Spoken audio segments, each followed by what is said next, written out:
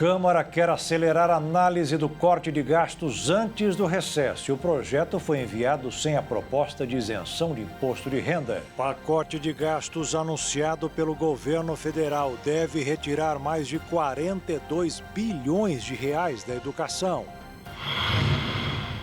Lei que incentiva as cidades a adotarem projetos de sustentabilidade chegou a 2 bilhões de reais distribuídos a municípios do estado do Rio de Janeiro.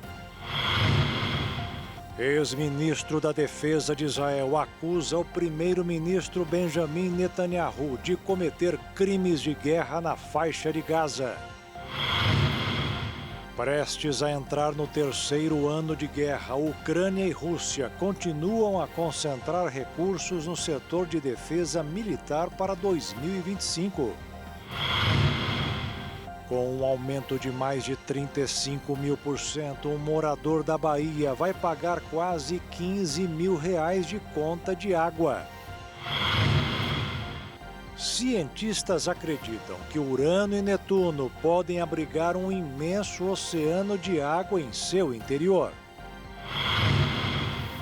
Pesquisadores do Hospital das Clínicas de Porto Alegre revelam os benefícios do riso, que estimula a produção de endorfinas e a regulação emocional. É agora no Jornal das 22.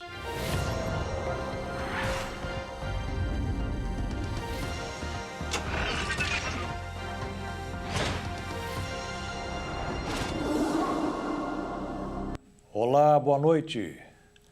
A Câmara quer acelerar a análise do corte de gastos de Lula nesta semana. O presidente do Congresso Nacional, Arthur Lira, se reunirá com os líderes partidários para definir o rito dos textos. O projeto foi enviado ao Legislativo sem a proposta de isenção de imposto de renda. Na última sexta-feira, um PLP, projeto de lei complementar, e um PL, projeto de lei com pacote de revisão de gastos, foram enviados ao Legislativo sem a proposta de isenção do imposto de renda para quem ganha até R$ 5 mil. Os textos são assinados pelo líder do governo na Câmara, José Guimarães, do PT do Ceará, e autorizam bloquear emendas parlamentares, revisar o BPC, benefício de prestação continuada, e o Bolsa Família, além de estabelecer limites para o crescimento de salários e benefícios previdenciários no marco fiscal. Espera-se que os deputados aprovem ainda nesta semana as urgências do texto para as propostas seguirem direto ao plenário sem passar pelas comissões da Casa. Além disso, o presidente da Câmara, Arthur Lira, se reunirá com os líderes partidários nesta terça-feira para definir o rito dos textos. Em contrapartida, o governo também deve negociar os termos do projeto de lei que cria novas bases para o pagamento das dívidas dos estados. O texto, que já passou pelo Senado, terá o deputado Dr. Luizinho, do PP do Rio de Janeiro, como relator na Câmara e há expectativa de ser votado nesta semana. O projeto interessa especialmente as bancadas do Rio de Janeiro, Minas Gerais, Rio Grande do Sul e Goiás, que concentram quase 90% dos 765 bilhões de dívidas dos entes federativos do Brasil. A equipe econômica ainda irá enviar uma proposta de emenda à Constituição com regras para o abono salarial e outras ações e o projeto que trata do imposto de renda. Já em relação à aposentadoria dos militares, ficou definido que a regra de transição para a idade mínima de 55 anos para a aposentadoria dos militares das Forças Armadas vai se estender até 2032. Pelo acordo, os militares próximos de aposentar terão um pedágio de 9% para pagar antes de ir à reserva a partir de 2025. Na prática, oficiais e praças serão obrigados a trabalhar por mais tempo que pelas regras atuais. A Marinha do Brasil, no entanto, decidiu mandar um recado para o governo. Em vídeo publicado neste domingo, em alusão ao Dia do Marinheiro, que é comemorado no dia 13 de dezembro, não cita nominalmente o corte de gastos, mas questiona o que seriam privilégios. Vocês verão se acostumar com uma vida do século XX. Privilégio? Vem pra Marinha!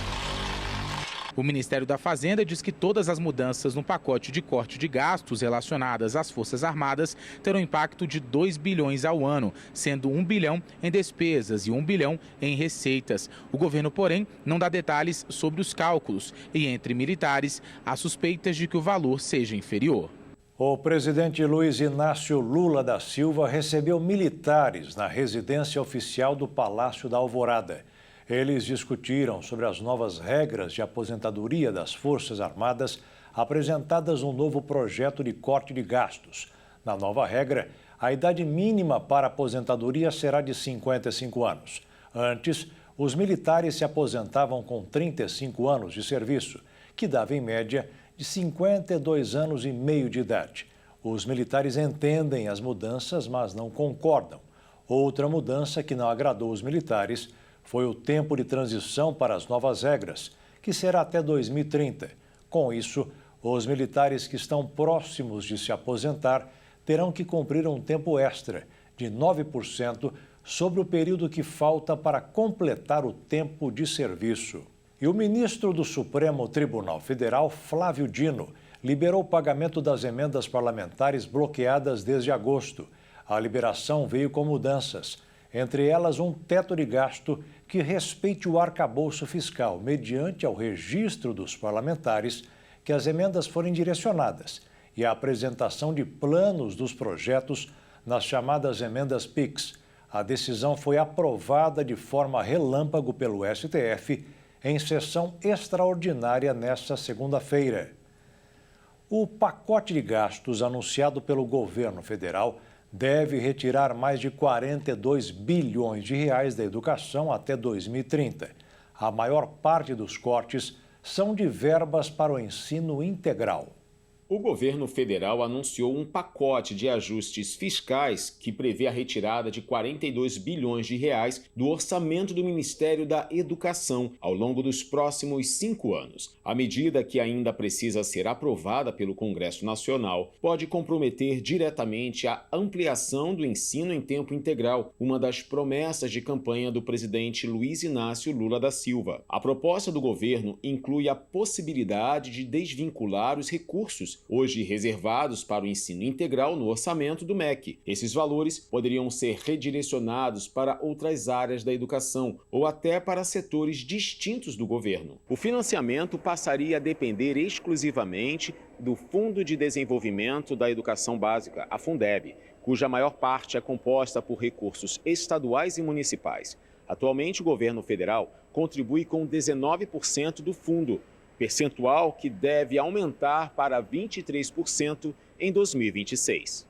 A transferência total para o Fundeb preocupa gestores e especialistas, já que o fundo é responsável por diversas despesas, como o pagamento de professores, transporte escolar e infraestrutura. Sem um programa específico gerido pelo MEC, a expansão do ensino em tempo integral dependeria de decisões de prefeitos e governadores, o que pode dificultar a destinação uniforme de recursos para esta área. Se a mudança for aprovada, a execução de políticas voltadas à educação integral ficará vulnerável à definição do orçamento anual e à aprovação do Congresso, aumentando o risco de que o montante originalmente planejado para a área seja reduzido ou destinado a outros fins. O presidente dos Estados Unidos, Joe Biden, deu um perdão completo e incondicional a seu filho Hunter Biden, evitando uma possível sentença por crimes cometidos entre 2014 e 2024. Biden justificou a decisão, afirmando que Hunter foi tratado de maneira injusta e que as acusações contra ele foram influenciadas por adversários políticos. Hunter enfrentou acusações de fraude fiscal, incluindo o não pagamento de impostos de mais de $1 milhão. Ele também foi condenado por mentir sobre que droga usava em uma compra ilegal de armas. Após se declarar culpado por 9 acusações de fraude fiscal, pagou cerca de $2 milhões em impostos atrasados e multas. O presidente eleito Donald Trump criticou o perdão e chamou de erro judiciário. E veja a seguir, o ICMS Verde irá repassar cerca de R$2 bilhões aos municípios do estado do Rio de Janeiro. E você vai ver também, Senado pode votar nesta semana o projeto que regulamenta o uso da inteligência artificial no país.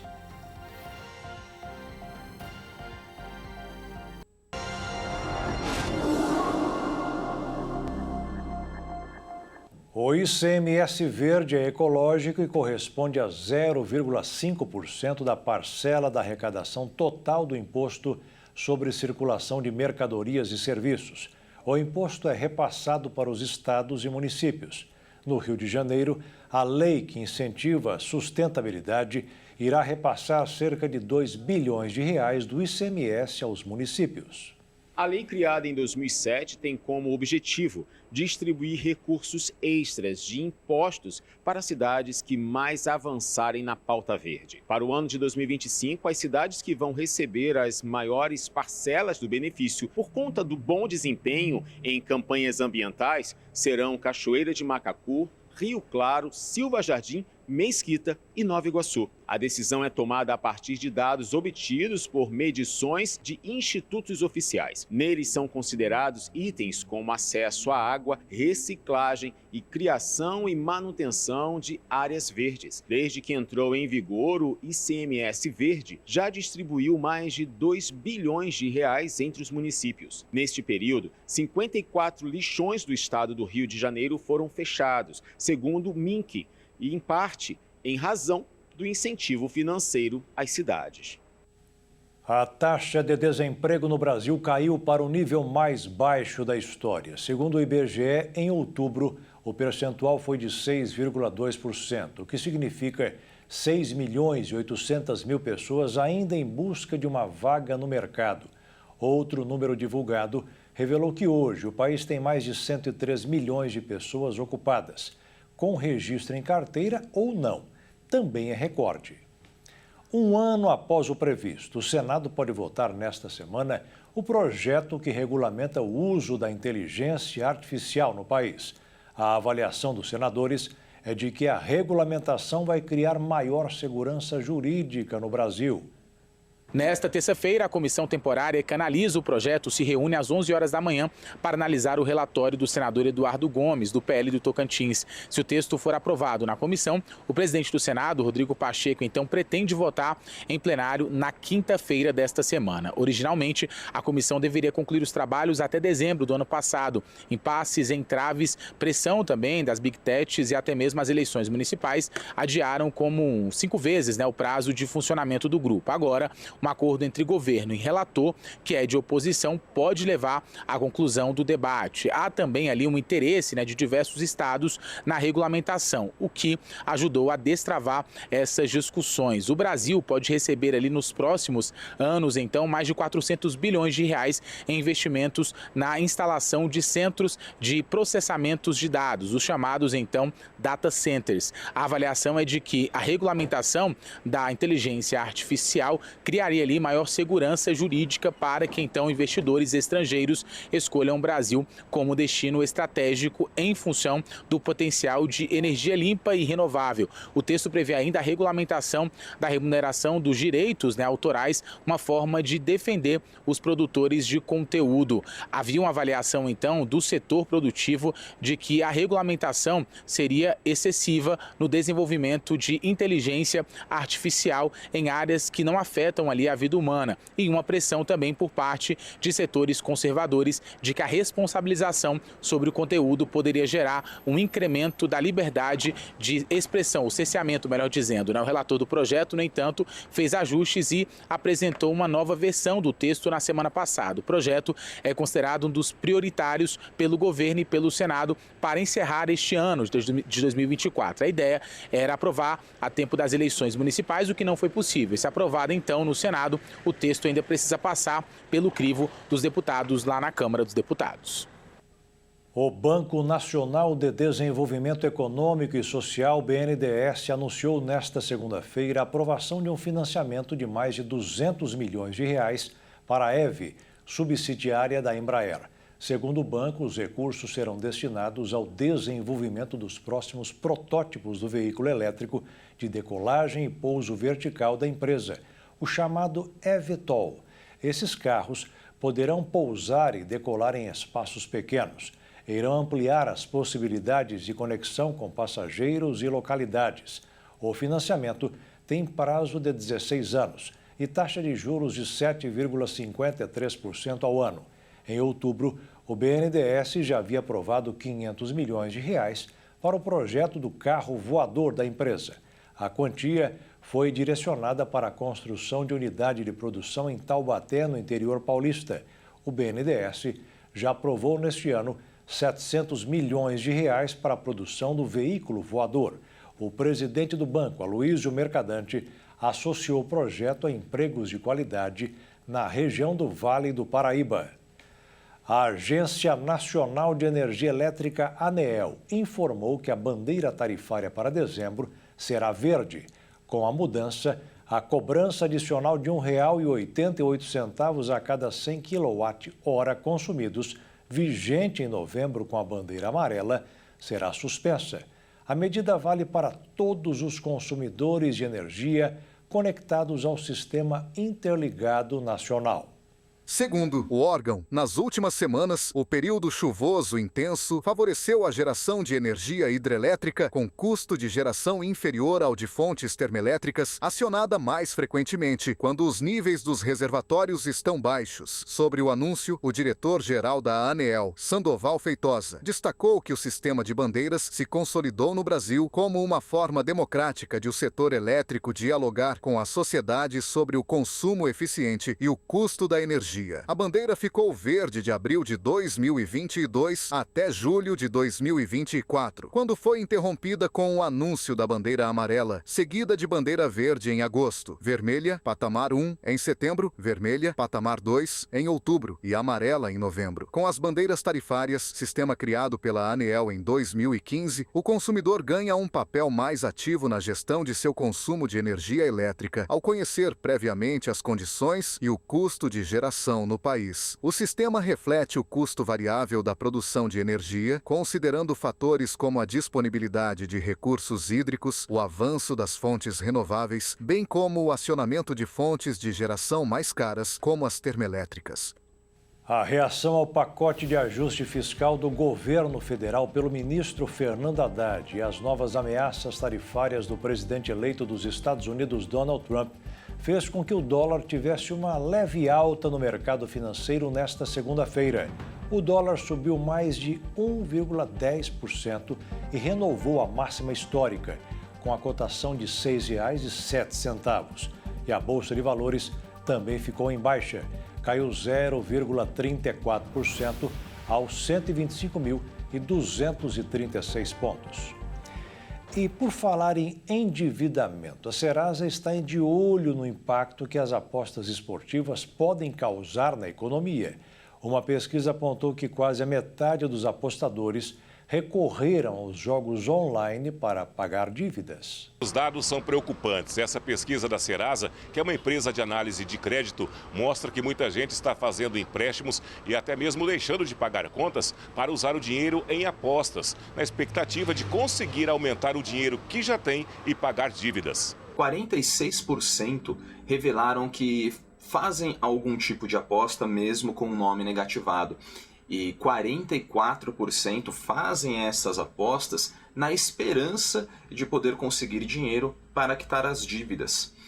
É um resultado que precisa ser visto com muita atenção, porque não é o que o consumidor encontra ao realizar uma aposta, já que é um risco financeiro. A aposta pode ser feita como uma forma de lazer, de diversão, e não como uma fonte de renda extra. A Serasa também perguntou o que esses consumidores já comprometeram para realizar algum tipo de jogo. 13% disseram que deixaram de pagar alguma conta em algum momento para apostar.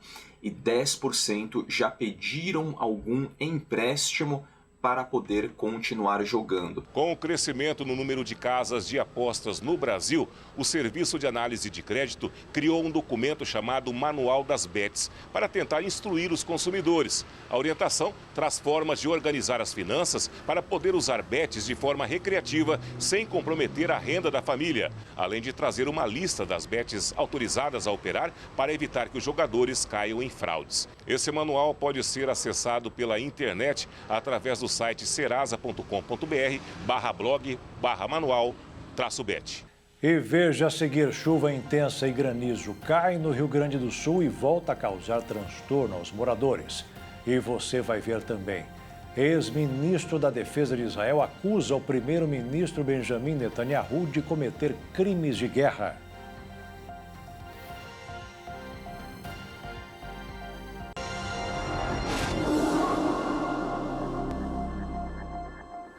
A chuva intensa e granizo que caiu no Rio Grande do Sul voltou a causar um grande transtorno aos moradores em razão do temporal que fez estragos em pelo menos 35 cidades. Há registro de destelhamentos e falta de luz em vários municípios do estado gaúcho.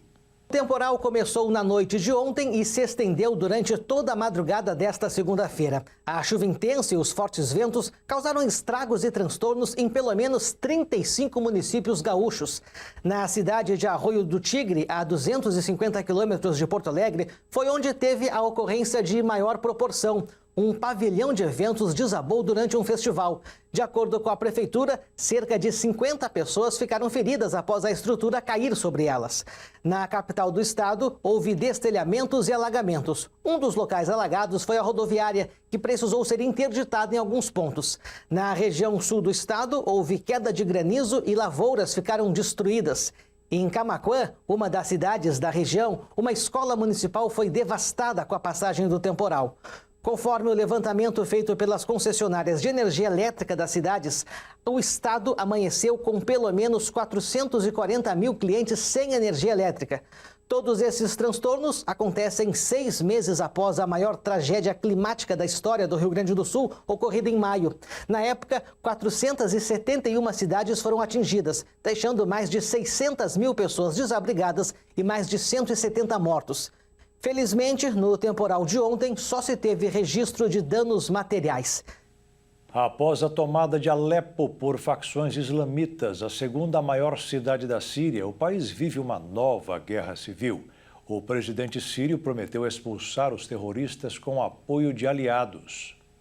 Pela primeira vez desde o início da guerra civil na Síria, em 2011, as forças do governo local perderam o controle total da cidade de Alepo, a segunda maior do país, para milícias rebeldes dominadas pelo grupo islamita Hayat Tahrir al-Sham. Cerca de 40 quilômetros ao norte, no domingo, combatentes apoiados pela Turquia tomaram o controle da cidade de Tal Rifat e de várias localidades vizinhas, uma posição estratégica, segundo o Observatório Sírio de Direitos Humanos. Os rebeldes liderados pelo Hayat Tahrir al-Sham e facções aliadas controlam Alepo, com exceção dos bairros sob o controle das forças curdas. O grupo também domina grande parte do território nas províncias de Idlib, Hama e Latáquia. Os curdos sírios estabeleceram uma autoridade autônoma, apoiada por uma força militar em áreas do noroeste, mas o OSDH reportou que há 200 mil curdos sírios no norte da província de Alepo que estão sob assédio de milícias pró-turcas. Em resposta, o presidente sírio Bashar al-Assad garantiu reprimir com firmeza os ataques. Em Damasco, capital da Síria, Assad se reuniu no domingo com o ministro das Relações Exteriores do Irã, Abbas Araghchi, que atribuiu os incidentes a um plano americano sionista para perturbar a estabilidade e a segurança na região. Presos em casa. O chanceler iraniano disse, antes de viajar a Damasco no domingo, que apoia firmemente o exército sírio.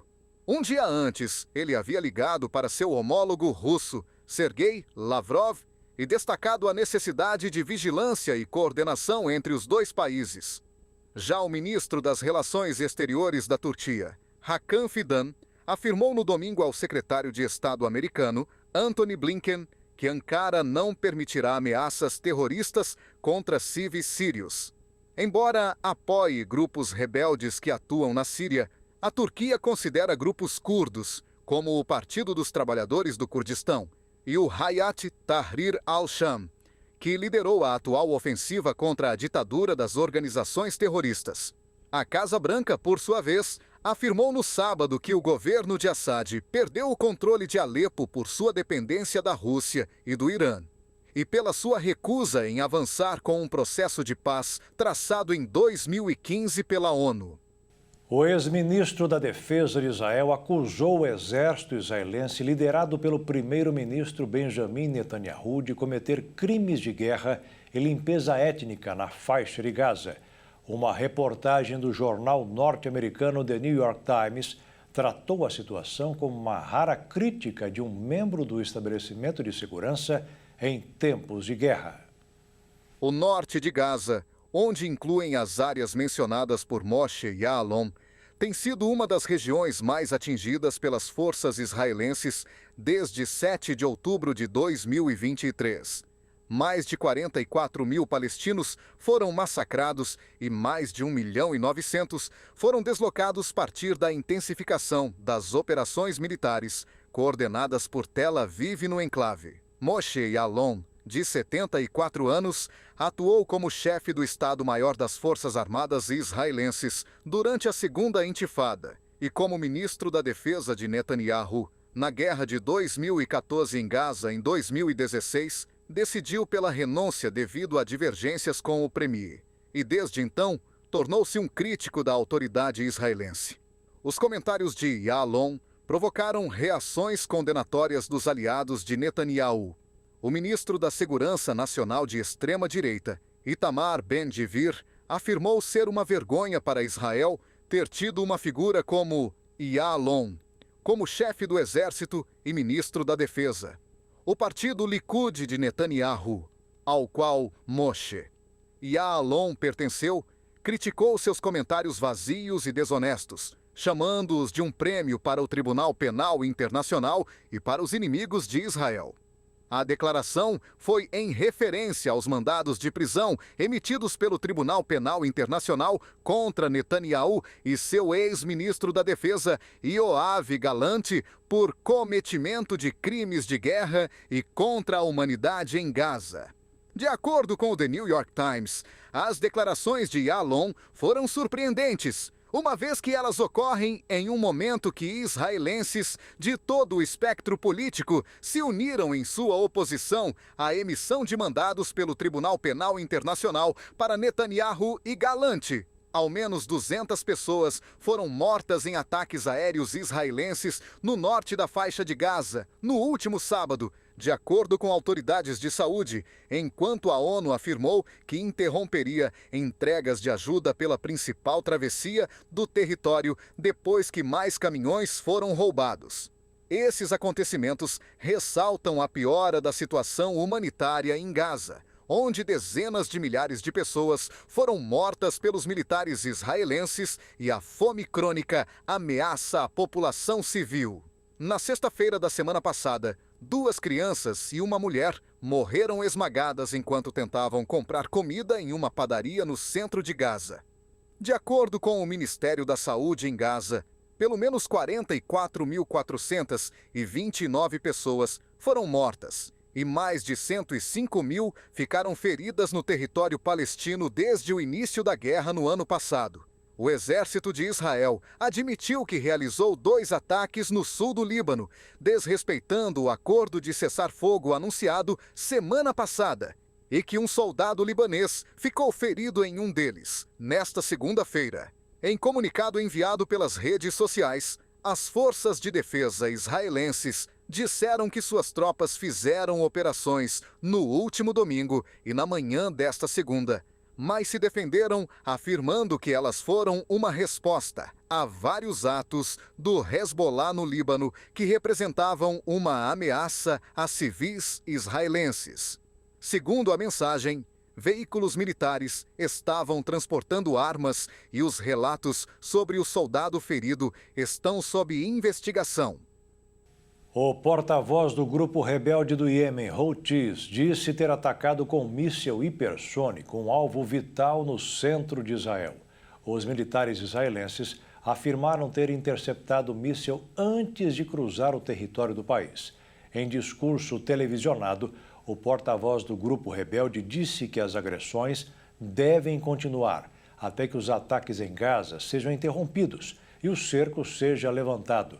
O grupo, que é financiado pelo Irã e aliado do Hezbollah e Hamas, já atacou outras vezes Israel e diz ser uma ação solidária a Gaza. O líder russo Vladimir Putin aprovou um orçamento com previsão recorde de gastos no setor de defesa para 2025. O plano, que recebeu o sinal verde do presidente da Rússia, destacou que mais de 13 trilhões de rublos serão gastos com a defesa nacional. O aumento nos recursos do setor ocorre contra um pano de fundo do agravamento das tensões entre a Rússia e os Estados Unidos e seus aliados europeus em torno da guerra na Ucrânia e no rastro da determinação de Putin, em setembro, para que as Forças Armadas russas incorporem mais 180 mil militares, elevando seu efetivo total para 1.500.000 integrantes no serviço ativo, o segundo do mundo atrás apenas da China. Prestes a entrar no terceiro ano de guerra na Ucrânia, Moscou continua a concentrar recursos na frente de batalha, sem dar sinais de desescalada. O montante previsto para o próximo ano supera em mais de 3 trilhões de rublos a previsão do ano passado. Percentualmente, o setor de defesa também terá um pedaço maior do orçamento, saltando de 28,3% neste ano para 32,5% no ano que vem. O valor corresponde a 6,31% do PIB projetado para 2025, o mais elevado patamar desde o período que sucedeu ao fim da União Soviética, no começo dos anos 1990. O chanceler da Alemanha, Olaf Scholz, chegou a Kiev nesta segunda-feira para uma visita surpresa e prometeu que o seu país continuará a ser o principal apoiador da Ucrânia na Europa e ainda anunciou uma nova ajuda militar de 650 milhões de euros, que deverá ser entregue ainda este mês. A ida de Scholz assinala e reforça o apoio de Berlim, que é o segundo maior fornecedor de ajuda militar a Kiev, depois dos Estados Unidos, e ainda acentua a incerteza em relação à futura ajuda de Washington com o retorno de Donald Trump à Casa Branca e o seu plano para dar fim à guerra. O porta-voz do Ministério Alemão da Defesa acrescentou que o novo pacote à Ucrânia inclui sistemas de defesa aérea, Iris-T, tanques Leopard 1 e drones armados. Mas apesar dos repetidos apelos do presidente ucraniano, Volodymyr Zelensky, o chanceler alemão recusa fornecer mísseis Taurus de longo alcance, explicando que quer evitar uma escalada com o Kremlin. Para Scholz, essa é a sua linha vermelha, que se distancia dos seus aliados norte-americanos, britânicos e franceses, que deram autorização a Kiev para o uso de mísseis contra a Rússia. A FUVEST divulgou no site oficial a lista de convocados e os locais para a segunda fase do vestibular. O exame teve o menor número de desistência da história. Dos 100 mil candidatos, apenas 8 mil não compareceram. A segunda fase acontecerá nos dias 15 e 16 deste mês. No dia 15, o exame terá 10 questões de português sobre gramática, interpretação e a redação. No dia seguinte, as 12 questões serão de matérias referentes à carreira escolhida pelo aluno. Os resultados finais serão divulgados em janeiro do ano que vem. E veja a seguir, um morador da Bahia teve um acréscimo em sua conta de água de mais de 35.000% e vai pagar quase 15 mil reais de conta. É uma revelação surpreendente. Cientistas acreditam que Urano e Netuno podem abrigar um imenso oceano de água.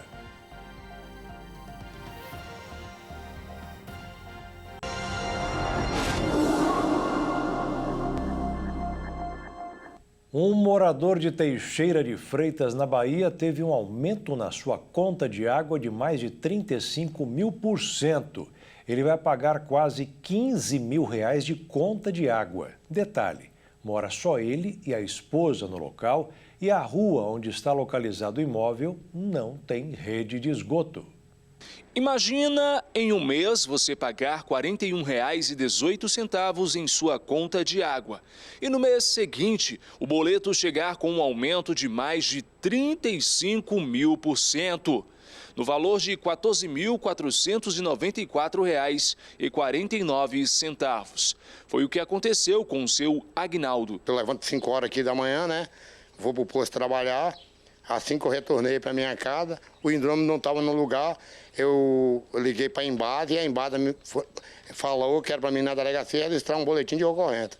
Foi o que eu fiz, eu fui lá na delegacia, registrei o boletim de ocorrência, ele mandou retornar o saque, fui lá, representei o boletim de ocorrência E chegando aqui, eles já tinham mudado o hidrômetro. E segundo o rapaz que trabalha na Embase, me falou que foi ele que tinha arrancado o hidrômetro, sendo que ele disse que foi roubado, e foi ele que arrancou o hidrômetro. E assim que trocou o hidrômetro, a fiscalização veio aqui, corrigiu minha casa, não tinha vazamento nenhum. Eles me disseram e chegou esse talão aqui do valor de R$15 mil, que eu acho um absurdo, né? De acordo com ele, são apenas 2 pessoas dentro de casa. O consumo de água é pouco, o que não justifica o alto valor. O gasto que a gente tem aqui é normal, esse valor aqui que não mostrei para vocês é 40, 38, 40, que só mora eu e minha esposa só, né? A gente não tem gasto nenhum, não tem nem caixa, só tem uma caixa d'água de 1.000 litros, para manter aqui, e constantemente faltando água. Fica 20, 30 dias aqui, chegou a ficar até 20 dias aqui sem água.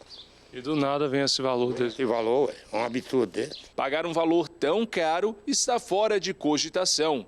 A conta é referente apenas à água, visto que a rua do seu Aguinaldo, segundo ele, nem possui rede de esgoto. Nem rede de esgoto tem aqui na rua. E esse valor foi esse valor absurdo aqui, que é esse valor aqui de R$15 mil. Não existe. É de assustar mesmo. Em nota, a empresa de águas e saneamento, a Embasa, informa que uma equipe foi encaminhada ao imóvel do cliente após inspeção no hidrômetro, constatou o bom funcionamento do equipamento. A empresa orientou o cliente a contratar um profissional para verificar se há vazamentos e reforçou que a responsabilidade de manutenção das instalações internas é de responsabilidade dos clientes. Um cientista brasileiro desenvolve uma pílula que transforma bactérias intestinais da vaca para que produzam menos ou nenhum metano. Paulo de Melo Filho faz parte da equipe que tem experimento ambicioso, onde os cientistas introduzem um tubo no estômago do bezerro que contém comida parcialmente digerida. Usando a amostra do líquido, os cientistas usam micróbios que transformam hidrogênio em metano, gás que não é digerido pelo bovino, mas arrotado. Embora a indústria de combustíveis fósseis emitam metano, a pecuária se tornou uma forte preocupação climática. Devido à grande produção do gás, uma única vaca arrota ao menos 100 quilos de metano por ano. O gás dura cerca de 12 anos na atmosfera, o que é prejudicial para o meio ambiente. A conexão 5G puro começou a operar em todo o Brasil nesta segunda-feira e as operadoras interessadas já podem ativar a nova tecnologia.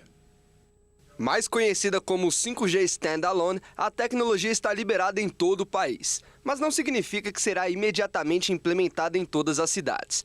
Isso porque as operadoras de telefone têm até 2029 para implementar o 5G em todas as cidades do Brasil. Na última semana, a Anatel anunciou a conclusão do processo de limpeza do sinal utilizado pelo 5G para que não tenha interferência de sinal. O processo garante a instalação de filtros e kits para a recepção de sinal de TV. E por isso é chamado de 5G puro. Uma das principais diferenças entre o 5G e o 4G é o rápido tempo de resposta entre um aparelho e os servidores de internet. E a capacidade de lidar com muito mais dispositivos ligados ao mesmo tempo. A conexão também será mais confiável. Isso porque um aparelho vai poder se conectar com mais de uma antena ao mesmo tempo. Rogério César de Cerqueira Leite faleceu ontem em Campinas aos 93 anos. Um dos físicos mais respeitados do Brasil, especialista em semicondutores e lasers, publicou ao longo de sua vida acadêmica cerca de 80 artigos científicos. O físico foi internado mês passado por complicações de saúde. Um grande cientista que atuou como pesquisador e teve grande influência na pesquisa de física da Unicamp e como defensor público da ciência, em especial do Conselho Editorial da Folha. Mas sua maior obra, pela qual será sempre admirado, foi organizar e viabilizar a construção do primeiro Laboratório Nacional da Luz, Sincrotron brasileiro, para pesquisas em diversas áreas, como biociência e nanotecnologia. Professor emérito da Unicamp, Cerqueira Leite colecionou prêmios, títulos e obras de arte. Era tido como o maior colecionador brasileiro de arte africana e pré-colombiana. Rogério César de Cerqueira Leite foi sepultado no cemitério Parque Flamboyant, em Campinas, no interior de São Paulo. O Conselho do Corinthians abre novo processo para impeachment do presidente Augusto Melo. O Conselho de Ética do clube tem 5 dias para comunicar o dirigente. Augusto Melo terá 10 dias para apresentar a sua defesa. Desde o início da tarde, a movimentação no Parque São Jorge, local da votação do impeachment, é grande. A tropa de choque, muitos policiais militares e até mesmo um helicóptero foram vistos na região. Muitos torcedores corintianos estão fazendo protestos contra a votação, atrás de uma barricada que a polícia colocou. Não vai ter golpe! Não vai ter golpe! O pedido de impeachment foi apresentado em agosto, com um documento elaborado pelo movimento Reconstrução SCCP e contou com a assinatura de mais de 80 conselheiros. Os principais questionamentos do grupo são as irregularidades com o patrocínio da VaideBet. A polícia investiga uma possível lavagem de dinheiro e repasses a laranjas da empresa ao Timão durante o período da parceria. A votação será realizada de maneira secreta pelos 302 conselheiros do clube. Em caso de aprovação do impeachment, Augusto Melo será afastado imediatamente até a realização de uma Assembleia Geral, na qual os sócios terão direito a voto. E até lá, o cargo de presidente do Corinthians será ocupado temporariamente por Osmar Stabile, primeiro vice-presidente. Em caso de rejeição do impeachment, Augusto Melo continuará no cargo. O presidente corintiano chama o processo de golpe e garante que não existem provas de qualquer irregularidade entre o clube e a VaideBet durante o seu mandato. Os cientistas agora acreditam que Urano e Netuno podem abrigar um imenso oceano de água em seu interior. Essa revelação surpreendente promete mudar a compreensão sobre os planetas gigantes de gelo. Após anos de dúvidas, cientistas finalmente começaram a entender o que acontece dentro de Urano e Netuno. Adam Mister, do Imperial College London, afirma que a nova hipótese é muito convincente. A ideia veio do cientista da Universidade da Califórnia de Berkeley. Ele propôs que sob as atmosferas de Urano e Netuno existe uma camada de água com cerca de 8.000 quilômetros de espessura. Essa descoberta pode explicar os estranhos campos magnéticos desses planetas, que são bem diferentes do que vemos na Terra. Enquanto o nosso campo magnético é como um grande ímã alinhado, os de Urano e Netuno estão inclinados e deslocados. O cientista simulou o movimento de átomos e sugeriu que a água dentro de Urano e Netuno não seria água comum. Ela estaria sob uma pressão incrível, muito maior do que a da Terra, se comportando como um fluido supercrítico. Além disso, essa camada de água estaria separada de uma camada rica em carbono, que fica abaixo. Essa nova visão ajuda a entender as diferenças entre os gigantes gasosos como Júpiter e Saturno e os gigantes de gelo, que são Urano e Netuno. Essa descoberta pode abrir caminho para futuras missões da NASA, que planeja retornar a Urano na próxima década. Uma sonda poderia medir a estrutura interna desses planetas e investigar a presença desse misterioso oceano.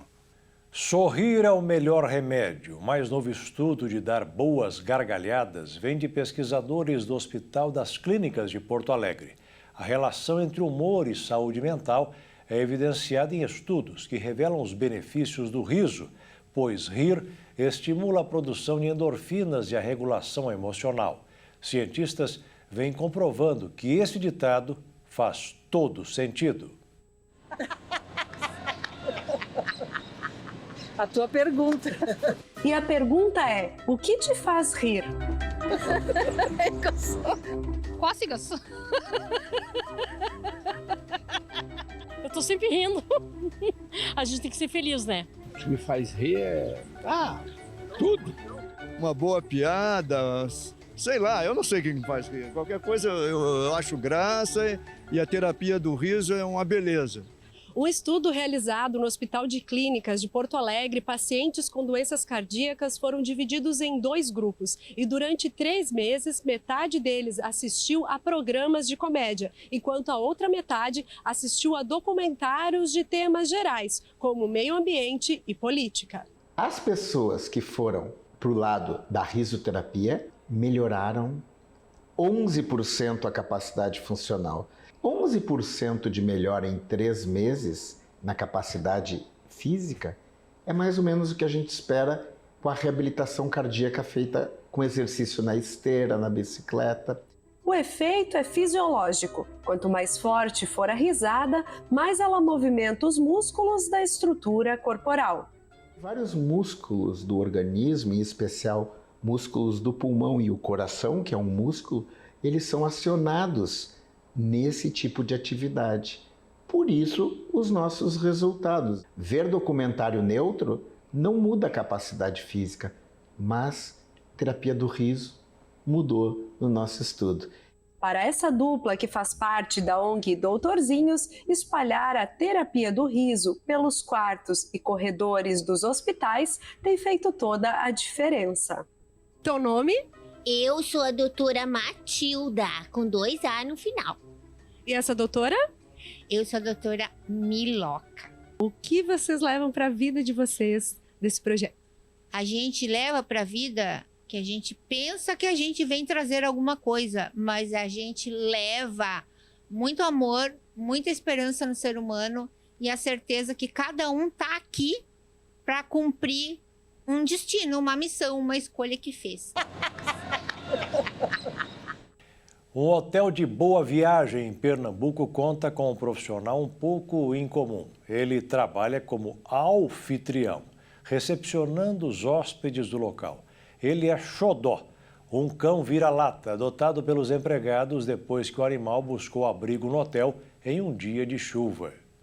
Xodó buscou abrigo no hotel em um dia de chuva em junho de 2023. Voltou, recebeu comida e atenção. O animal chegou magro, sujo e com falhas no pelo. Passou por consulta com o veterinário que atestou boa saúde, apesar da aparência causada pelo sofrimento decorrente da vivência nas ruas. O cão, que tem pouco mais de 2 anos, foi aceito após a autorização dos investidores do Grande Mercúrio Recife Boa Viagem. Ganhou uniforme, cama, comida e muita atenção. Pouco após sua adoção, o nome Xodó foi oficializado por meio de uma votação interna entre os colaboradores do hotel. Hoje ele trabalha na recepção. Xodó é o funcionário do mês todos os meses do ano. O pet se adequou perfeitamente ao ambiente da recepção e foi incorporado à equipe que se divide na tarefa de levá-lo para o banho, passear todos os dias e garantir a alimentação dele. E dizem, é unanimidade. Xodó trouxe leveza ao ambiente corporativo. De acordo com a gerência do hotel, no início da adoção, o cãozinho saía sozinho para suas necessidades diárias em 2 ocasiões, mas ele chegou a ser maltratado por vizinhos. Segundo os funcionários, toda a recepção de hotel tem um guest relation para acolher quem chega. O local dispõe de um anfitrião para dar as boas-vindas aos hóspedes para recebê-los com simpatia. No ano passado, meses após a sua contratação, recepcionou a seleção brasileira feminina de vôlei, que ficou hospedada no hotel durante o campeonato sul-americano. Distribuiu lambeijos e ganhou autógrafos das atletas. Xodó apareceu nos stories da atleta Rosa Maria Montebeler, disputava o campeonato sul-americano de vôlei pelo Brasil. De acordo com a equipe do hotel, o cãozinho é bem acolhido por todos os hóspedes, que inclusive o chamam e ele sempre vai cumprimentar. Literalmente, ninguém passa pelo local sem receber o carinho do anfitrião.